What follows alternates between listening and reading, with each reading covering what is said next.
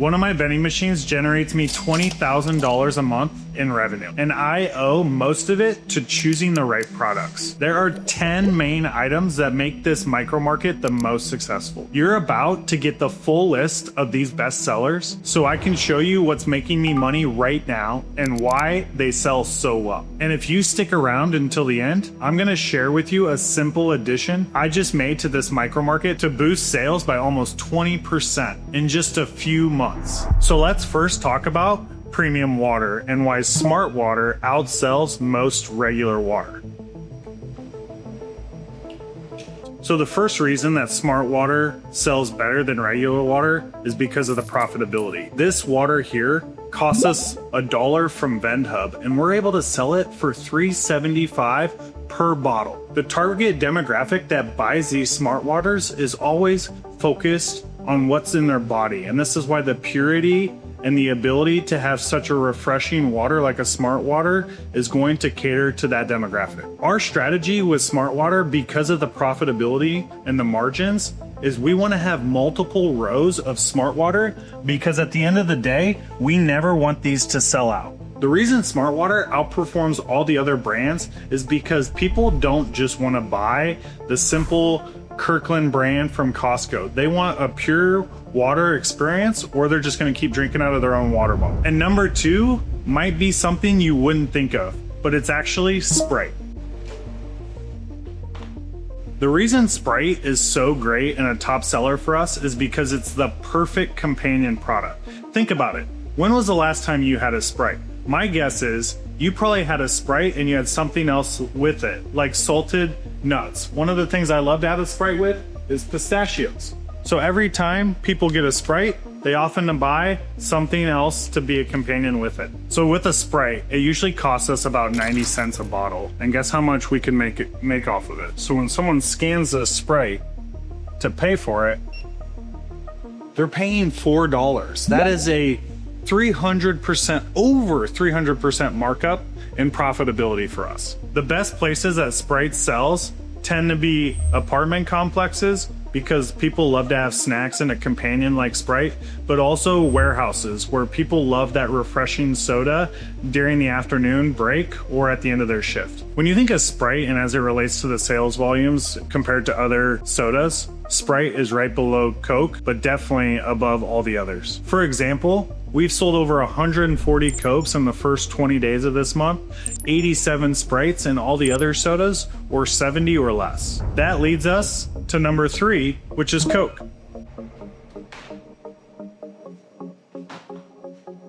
Coke, the office worker's favorite. The reason Coke sells so well is because everyone has old habits that are hard to break. And most people were born and raised with Coke. The other thing with Coke is that people that aren't coffee drinkers love to drink Coke in the morning. Unlike Sprite, which is more afternoon or when it's hot out, people love a good Coke in the morning if they don't drink coffee. The reason Coke sells better in certain locations often is about the demographics. Think about it. A lot of people that might be Hispanics or from Mexico love a good Coke, but also all those people from the South were born and raised where Coke is headquartered. The thing with Coke that we tend to see is usually there's a 2-to-1 ratio in sales of afternoon Cokes selling 2x more than morning Cokes. The locations that do the best with Cokes tend to be those warehouses that have a lot of workers that come from the South and work long hours and want that refreshing Coke. But secondly, just like this place, apartment complexes also tend to do really well. And number 4 of our top sellers is Haagen-Dazs. And the reason why is because it's a premium and impulse buy. The reason people will pay $5 plus for a little Haagen-Dazs ice cream is because it's all about impulse. Think about it. At the end of the night, when you have those sugar cravings, where do you want to go? You want to get ice cream. So are you going to pay $15 to DoorDash it from a local store, or are you just going to go down to your micro market and get it for $5? Let's check it out and see what the markup percentage is of this Haagen-Dazs that costs us little to nothing.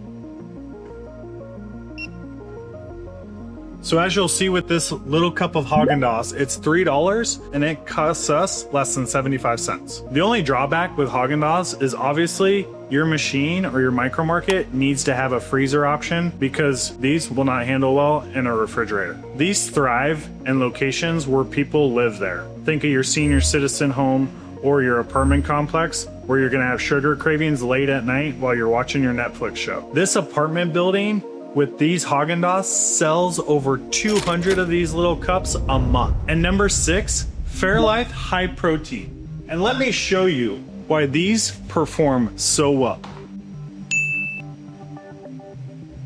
If you couldn't guess already, the reason these perform so well is after everyone gets their workout done across the hallway, they want their protein shake. Protein shakes have exploded in popularity because more and more people understand the importance of their health. And there's no better way to stay hydrated while also keeping your muscles refreshed than a protein shake. Our little gym over here does over $1,200 a month just with protein shakes alone. Now let's talk about the markup on these Fairlife protein shakes.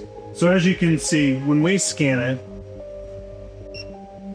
someone is paying $5 and these things cost us a little over $2. So we're getting 70% margins. The reason people love Fairlife is because it's not ultra processed and it tastes literally like chocolate milk or a refreshing drink. So people love to pay for quality like Fairlife than they do some knockoff like a Muscle Milk. And number 7 is Gatorade.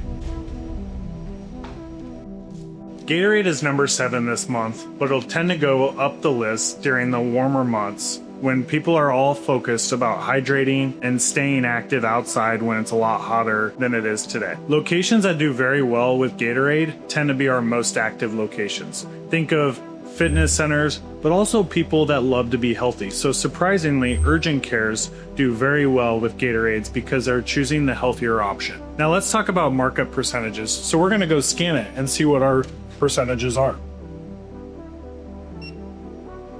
These Gatorades are $3.50, and so we have over 125% markup than what it costs us. Our target demographic for Gatorade are all those people that are focused on health. Those that want to hydrate, like in a fitness center, or those that want to avoid the sugars of soda when they're at the urgent care. Our placement strategy with Gatorade is all about trying all kinds of flavors and then doubling down on the flavors that sell the most, which is why we have 2 rows of clear Gatorade and only 1 row of orange Gatorade. Item number 8, Shin Noodle. Surprisingly, a best seller. Premium ramen outsells the cheaper options like cup noodles because at the end of the day, people want flavor and quality over cheaper options. These Shin noodles crush it in office locations where people have a break room and access to a microwave, or anywhere where people live at nighttime, like an apartment or a senior center. Now let's go check out the markup percentage of the Shin noodle. As you can see with this Shin noodle, we're able to charge $3.50, which is 150% markup than what it costs us. Number 9 is Reese's Cups, the undisputed king of candy sales. The first reason that Reese's does so well is because the combination of chocolate and peanut butter has so much appeal to everyone out there that it increases its popularity. It also has an impulse buy psychology. Think about it. When you get a Reese's, you want that quick sugar craving, and you're also not gonna feel bloated or overcommitted after you've had some. Now let's actually talk about the markup percentage of this. So in the market here, we charge the Reese's $2.50, but candy is actually very expensive to us, and so we only get about 100% markup on it. Our placement strategy with Reese's, because it's our top selling candy, is we want it to be visible in every type of location, whether that's our urgent care, whether it's this micro market here in an apartment complex, or even our warehouses where people just want that candy at the end of their long day.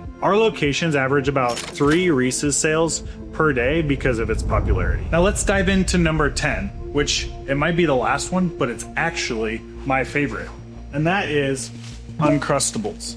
Who doesn't like a good PB&J, like an Uncrustable? This is one of the best sellers, but the least expected. These sell out constantly because it fits multiple demographics. Think about it. People love a good PB&J for breakfast, they love it for a snack, or they'll even get full and use it as a meal replacement for lunch or dinner. This is an office worker favorite because they can go get this out of the break room at any point. Now let's go look at the markup percentage of this Uncrustable and see what we make off of it.